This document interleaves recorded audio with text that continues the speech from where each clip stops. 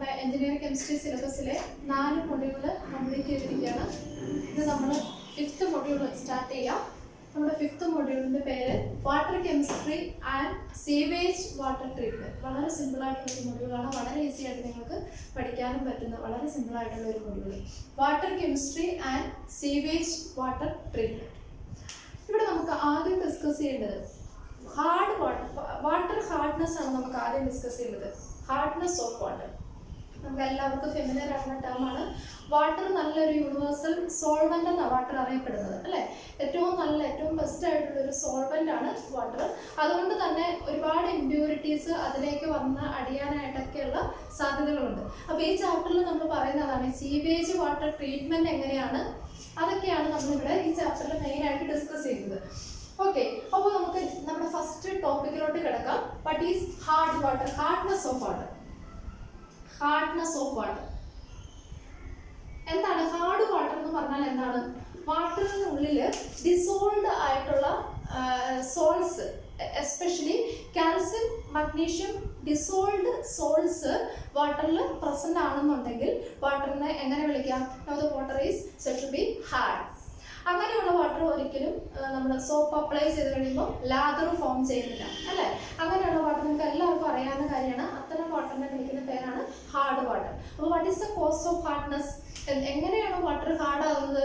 If dissolved salts of calcium or magnesium is present in A water. Dissolved ഫോമിൽ കാൽസ്യത്തിൻ്റെയോ മഗ്നീഷ്യത്തിൻ്റെയോ salts present ആണെന്നുണ്ടെങ്കിൽ അതിൻ്റെ presence വാട്ടറിനെ എന്താക്കി മാറ്റുന്നു? ഹാർഡാക്കി മാറ്റുന്നു. ഈ കാൽസ്യത്തിൻ്റെ സോൾട്ട് എന്ന് പറയുമ്പോൾ ഏതൊക്കെയാകാം? ക്ലോറൈഡ് ആകാം, സൾഫേറ്റ് ആകാം, ബൈകാർബണേറ്റ്സ് ആകാം. ഓക്കെ, അപ്പോൾ കാൽസ്യം ക്ലോറൈഡ് ആകാം, അതുപോലെ എന്താകാം? മഗ്നീഷ്യം ക്ലോറൈഡ് ആകാം, അതുപോലെ കാൽസ്യം സൾഫേറ്റ് ആകാം. Calcium sulphate CaSO4. One second.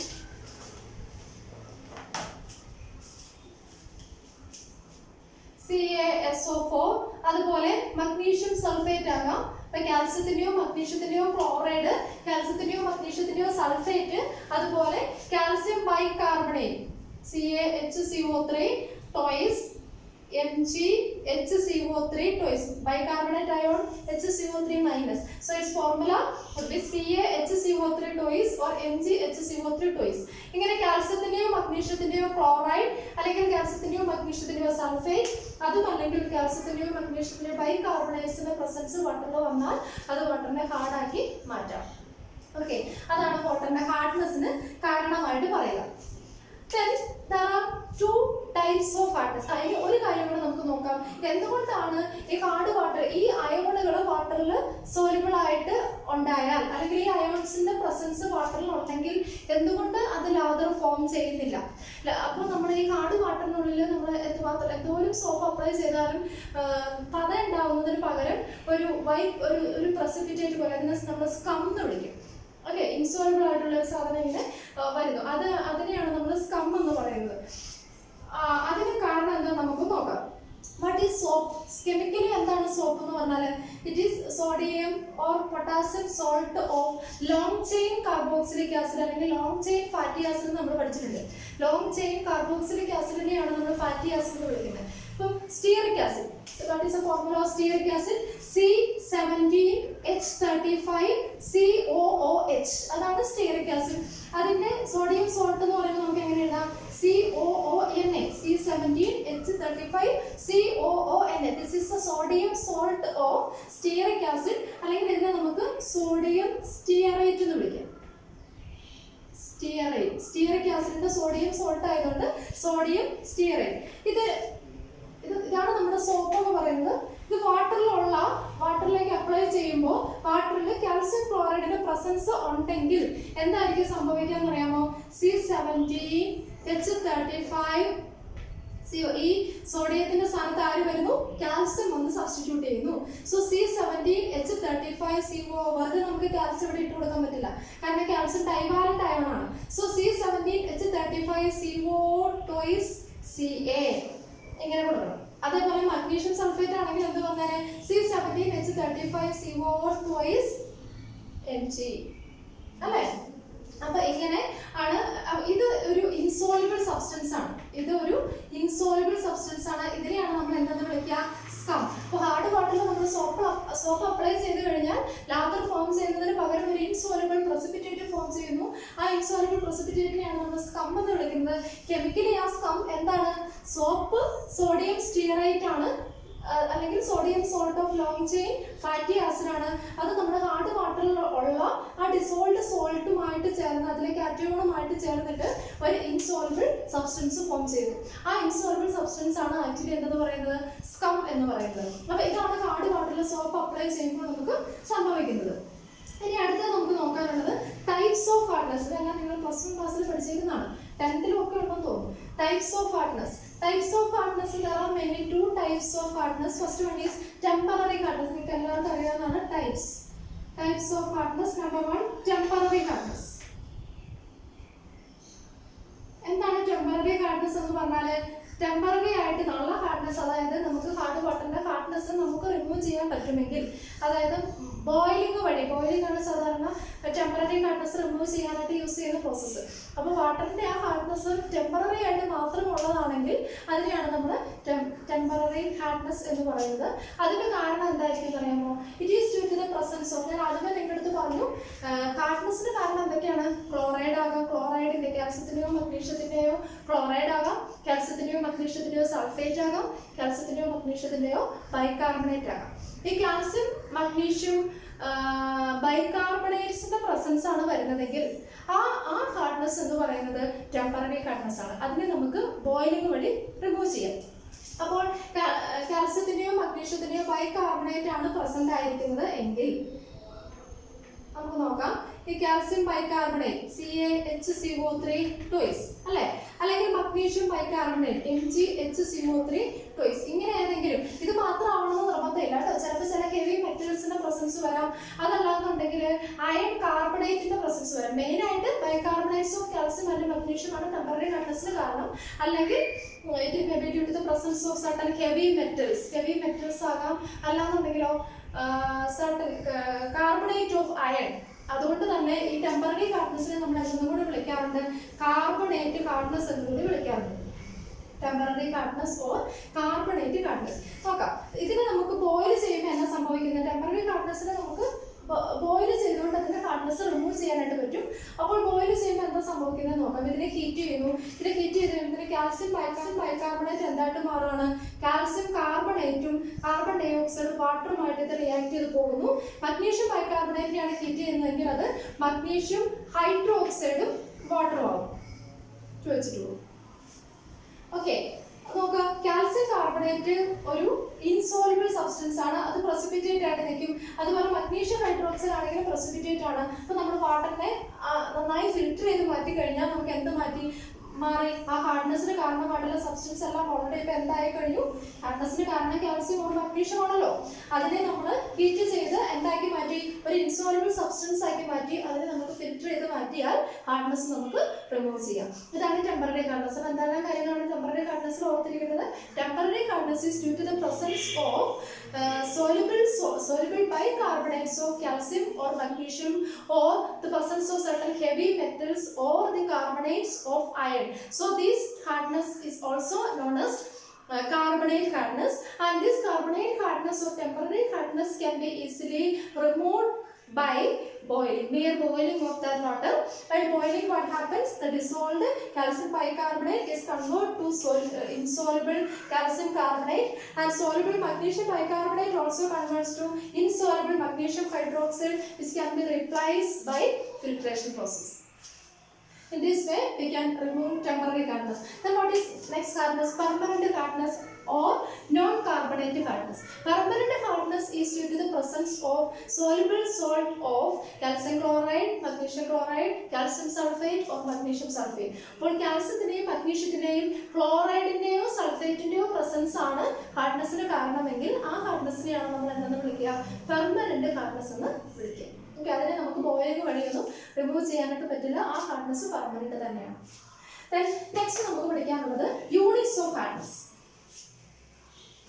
Units of hardness. Hardness express ചെയ്യാനായിട്ട് യൂസ് ചെയ്യുന്ന ചില യൂണിറ്റുകളാണ് അതിലെ ഫസ്റ്റ് യൂണിറ്റ് നമുക്ക് പാർട്സ് പെർ മില്യൺ അല്ലെങ്കിൽ നമുക്ക് ppm എന്ന് പറയും. പാർട്സ് പെർ മില്യൺ ആണ് first unit. It is defined as the number of parts of calcium carbonate equivalent hardness. Number of parts of calcium carbonate equivalent hardness present in 10 raised to 6 parts of water. അതായത് ഇത് എങ്ങനെ പറയുന്നതെന്നാൽ മൊത്തം 10 raised to 6 part വാട്ടറിൽ എന്തുമാത്രം ഹാർഡ്നെസ്സിന് കാരണമായിട്ടുള്ള substance എത്ര part ഉണ്ട്. ഇവിടെ നമ്മൾ പറയുക number of parts of calcium carbonate equivalent hardness എന്നാണ്. ആക്ച്വലി കാൽസ്യം കാർബണേറ്റിന് ഈ വാട്ടറിന്റെ ഹാർഡ്നെസ് പറയുമ്പോൾ അവിടെ ഒരു റോളും ഇല്ല അല്ലെ. കാൽസ്യം ബൈകാർബണേറ്റ് ആണെങ്കിൽ ഹാർഡ്നെസ്സിന് കാരണമായിട്ടുള്ള ഒരു സബ്സ്റ്റൻസ് ആണെന്ന് പറയാം. അതുപോലെ കാൽസ്യം ക്ലോറൈഡോ കാൽസ്യം സൾഫേറ്റോ ഒക്കെ ആണെങ്കിൽ നമുക്ക് അങ്ങനെ പറയാം. പക്ഷെ എപ്പോഴും നമ്മൾ ഹാർഡ്നെസ് എക്സ്പ്രസ് ചെയ്യാനായിട്ട് സ്റ്റാൻഡേർഡ് ആയിട്ട് എടുക്കുന്ന ഒരു സബ്സ്റ്റൻസ് ആണ് കാൽസ്യം കാർബണേറ്റ്. നമ്മുടെ വാട്ടറിന്റെ ഹാർഡ്നെസ് എസ്റ്റിമേഷൻ നമുക്ക് അടുത്ത സെക്ഷനിൽ പഠിക്കാനുണ്ട്. അപ്പോൾ ഞാൻ നിങ്ങൾക്ക് ക്ലിയർ ആക്കി തരാം എന്തുകൊണ്ടാണ് ഇതിനെ കാൽസ്യം കാർബണേറ്റ് ഇക്വലന്റ് ഹാർഡ്നെസ് എന്ന് പറയുന്നത്. ഹാർഡ്നെസ്സിനെ എപ്പോഴും നമ്മൾ എങ്ങനെ പറയുന്നത്, വാട്ടർ ഹാർഡ്നെസ് എന്ന് പറഞ്ഞാൽ that is in terms of we are measuring that hardness in terms of calcium carbonate equivalence. Okay, അത് നമ്മുടെ വാട്ടർ സാമ്പിളിലുള്ള ഹാർഡ്നെസ് പ്രൊഡ്യൂസിങ് സബ്സ്റ്റൻസിന് നമ്മൾ കാൽസ്യം കാർബണേറ്റിന് ഇക്വലന്റ് ആയിട്ട് അത് എത്രയുണ്ട് എന്നാണ് നമ്മൾ നോക്കുക. അതിന്റെ പ്രൊസീജിയർ കാര്യങ്ങളെല്ലാം നമുക്ക് വളരെ ഡീറ്റെയിൽഡ് ആയിട്ട് പഠിക്കാനുള്ളതാണ്. അപ്പോൾ ഇത്രയും നിങ്ങൾ ഇപ്പോൾ ഓർത്തിരിക്കുക. ഇത് ഇപ്പോൾ ഒരു കൺഫ്യൂഷൻ വേണ്ട, ഇത് നമ്മൾ അടുത്ത ക്ലാസ്സിൽ ഡീറ്റെയിൽഡ് ആയിട്ട് നമുക്ക് പഠിക്കാനുള്ളതാണ്. So what is ppm? It is the number of parts of calcium carbonate equivalent hardness present in 10 raised to 6 parts of water. മൊത്തം 10 raised to 6 parts വാട്ടറിൽ എത്ര ഹാർഡ്നെസ്സിന് കാരണമായിട്ടുള്ള സബ്സ്റ്റൻസ് ഉണ്ട് എങ്ങനെ നമുക്ക് ഇത് മെഷർ ചെയ്യാം. ഇതാണ് ഏറ്റവും കോമൺ ആയിട്ട് നമ്മൾ യൂസ് ചെയ്യുന്നത്. നിങ്ങൾ ലാബിൽ ചെയ്തതാണ്. അവിടെ എല്ലാം വാട്ടറിന്റെ ഹാർഡ്നെസ് നമ്മൾ എക്സ്പ്രസ് ചെയ്ത യൂണിറ്റ് ഏതാണ്? ppm ആണ്. അപ്പോൾ ഇതാണ് ഏറ്റവും കോമൺ ആയിട്ട് യൂസ് ചെയ്യുന്ന യൂണിറ്റ്. അപ്പോൾ 1 ppm is equal to number of parts of calcium carbonate equivalent hardness divided by 10 raised to 6 parts of water. ഇതാണ് നമ്മുടെ first unit. Then second unit is milligram per liter. രണ്ടാമത്തെ unit ഏതാണ്? Milligram per litre. ഇത് നമ്മുടെ പേരിൽ തന്നെയുണ്ട്. Number of milligrams of, ഇവിടെ നമ്മൾ നമ്പർ ഓഫ് പാർട്സ് ഓഫ് എന്ന് പറയുന്നതിന് പകരം here number of milligrams of calcium carbonate equivalent hardness. വെറുതെ ഹാർഡ്നെസ് എന്ന് നമ്മൾ പറയില്ല, എല്ലായിടത്തും നമ്മൾ യൂസ് ചെയ്യുന്ന ടേം അതാണ്. Equivalent calcium carbonate equivalent hardness എന്നാണ് പറയുക. So it is the number of milligrams of calcium carbonate equivalent hardness present in 1 liter of water.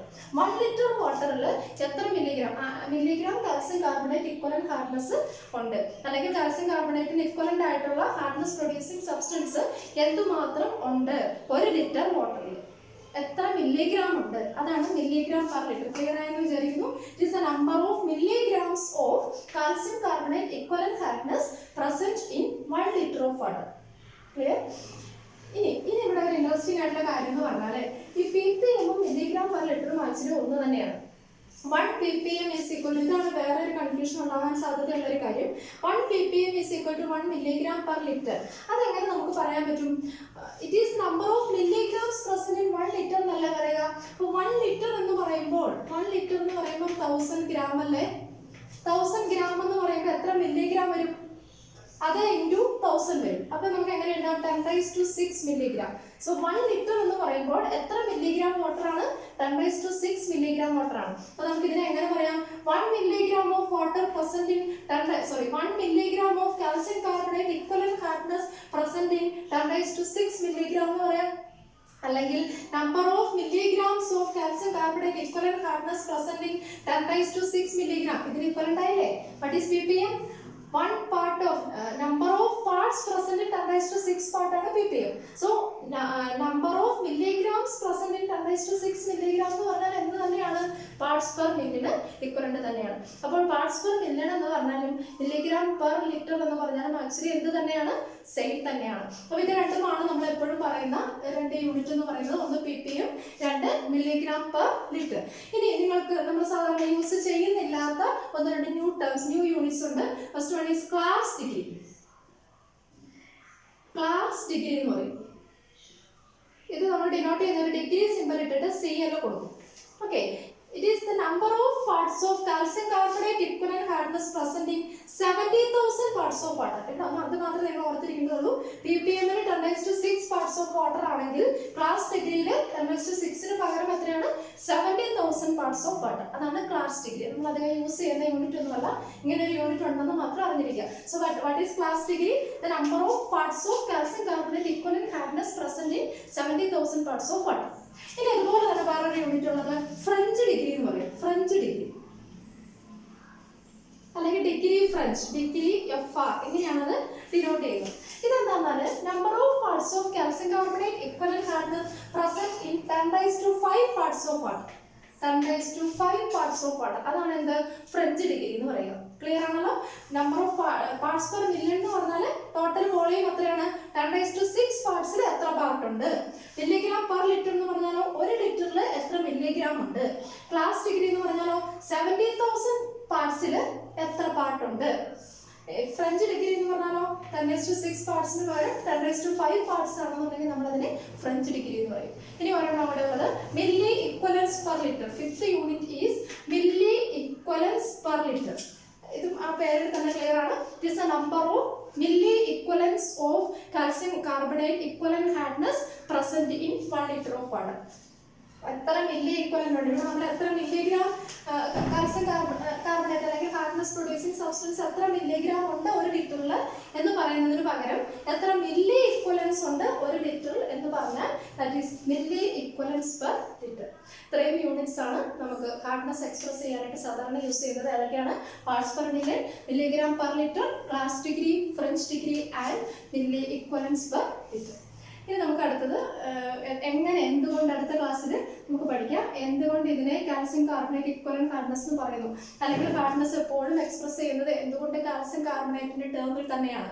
എന്തുകൊണ്ടാണ് കാൽസ്യം കാർബണേറ്റിന്റെ ടേമിൽ, എന്തുകൊണ്ടാണ് ഈ ഹാർഡ്നെസ്സിനെ hardness in terms of calcium carbonate equivalent hardness എന്നൊക്കെ പറയുന്നത്. ഈ കാര്യങ്ങളെല്ലാം നമുക്ക് നെക്സ്റ്റ് ക്ലാസ്സിൽ കാണാം. ഇത്രയും കാര്യങ്ങൾ നന്നായി പഠിക്കുക.